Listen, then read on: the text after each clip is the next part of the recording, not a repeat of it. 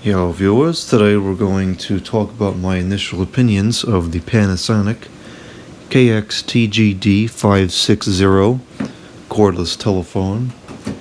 I've been using this phone for a few weeks now, so I've got a pretty good idea of how I feel about it. I'm not going to talk about the waterproof phone in this video because that's a whole other disaster, so we'll get into that in another video.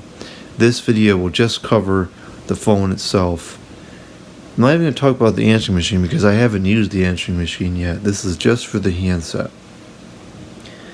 I'm not impressed. In fact, I'm kind of disappointed. This is an economy model. It's sold for about $25, and when I think of something to compare it to, the Uniden 1580 comes to mind. The Uniden 1580 sold for a very similar price range.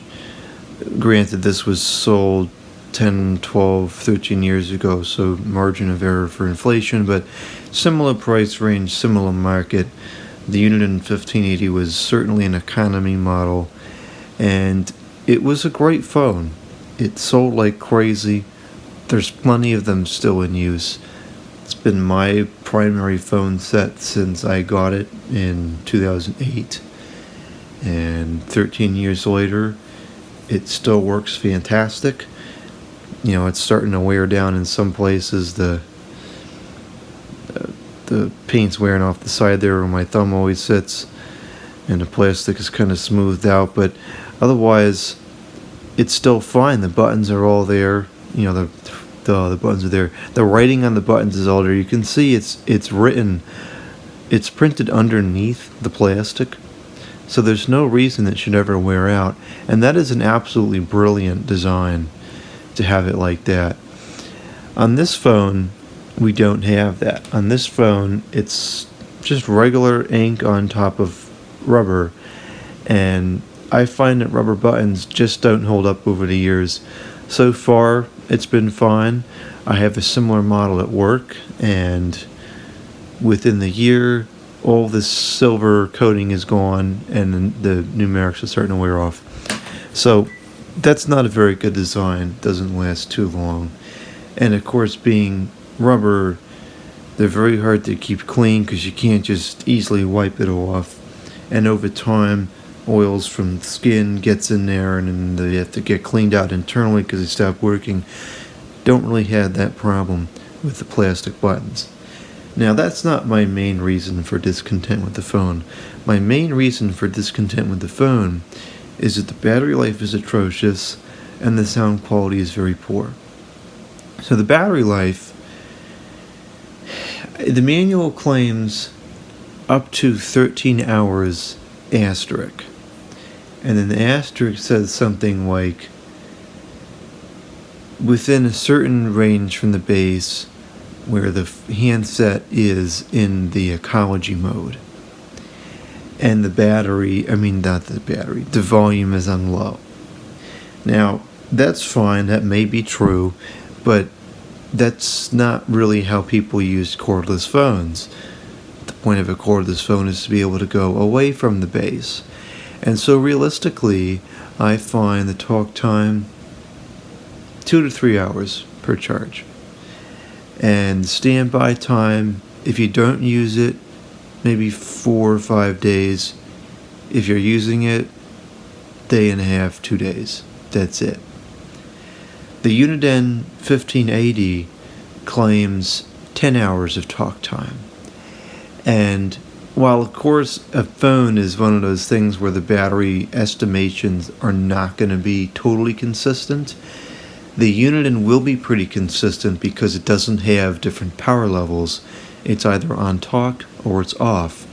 The Panasonic has 3 different power levels, so the battery life is really going to vary as you get away from the base.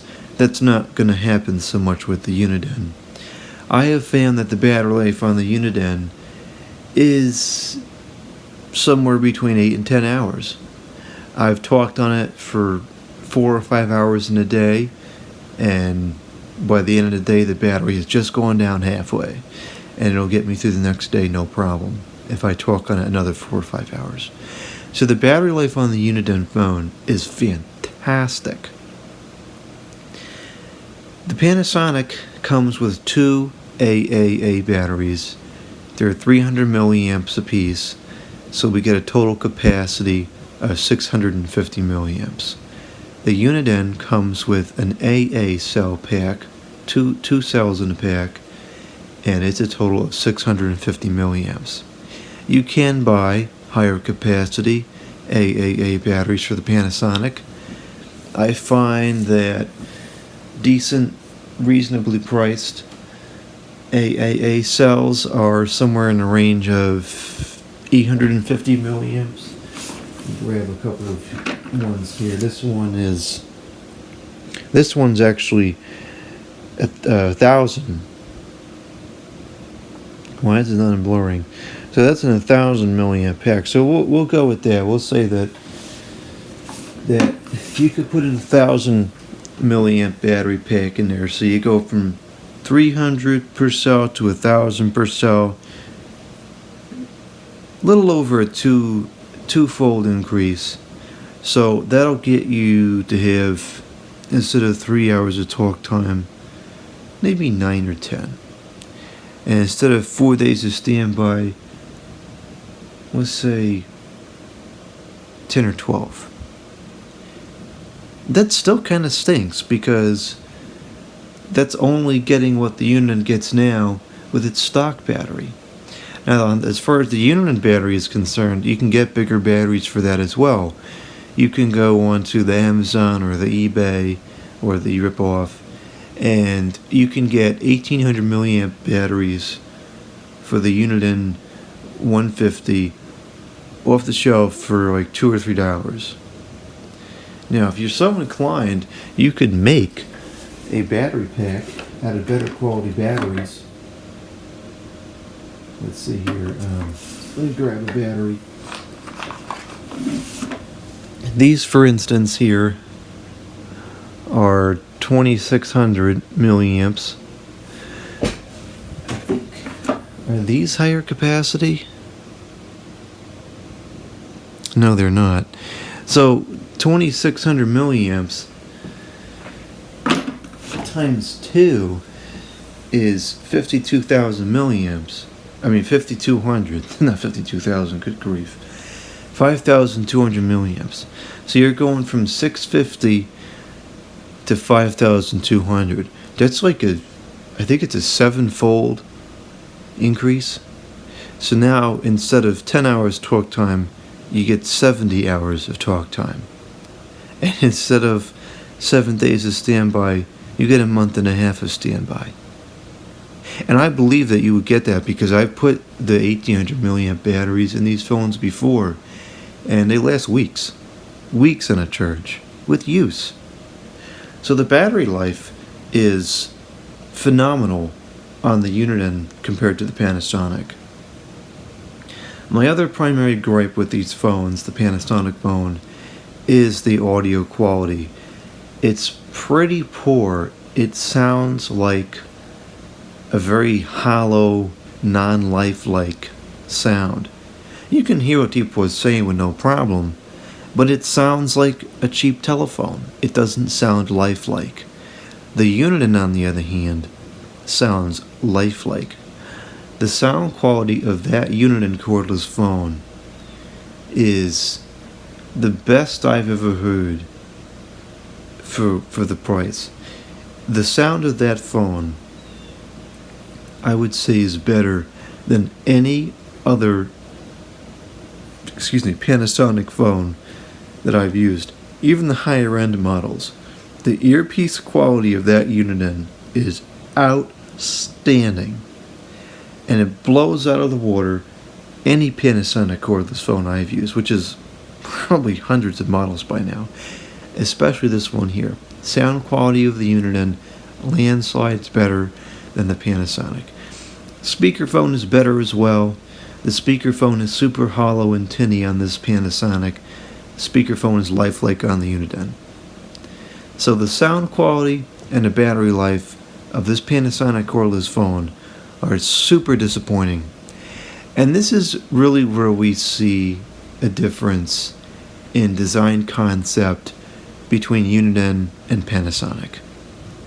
For as long as they've been making phones, Uniden has always had more conservative designs, more simplistic, minimalistic designs with fewer features and fewer functionalities. But what they did put into the phones, they almost always got it right. And it always worked, and it excelled at what it did. And so while the features maybe were lacking, and the technology didn't have the so-called latest and greatest features to it, it did what it was supposed to do, and it did so with excellence.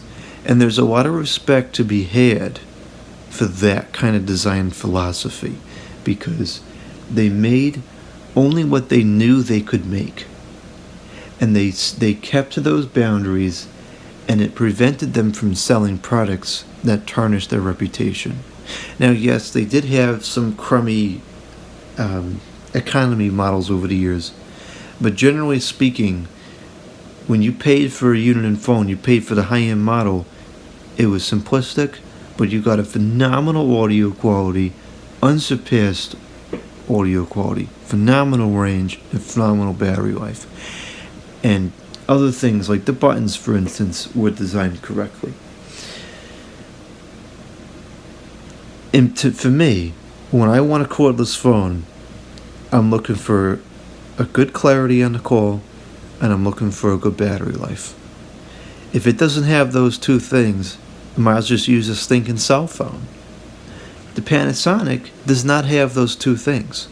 Panasonic said, let's pack as many features into this economy model as possible, and we're going to sell this by advertising all the flashy features. Now, ultimately, Panasonic was correct in the sense that the majority of the market is going to go for that, because we still have Panasonic phones in the market. We don't have Uniden phones anymore, at least not in the United States. They are still sold in other parts of the country. But most people nowadays seem to be drawn to the flashy features.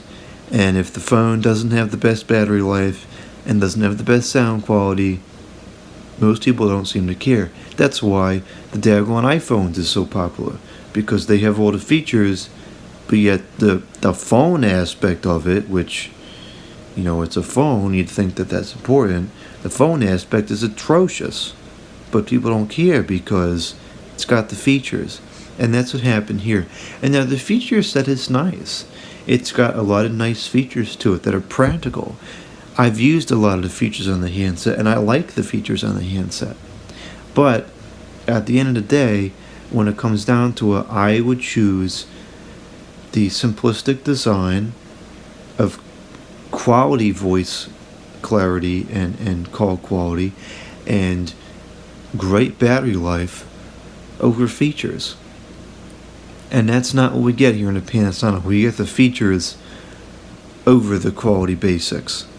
And so that's why, for me, this isn't the set.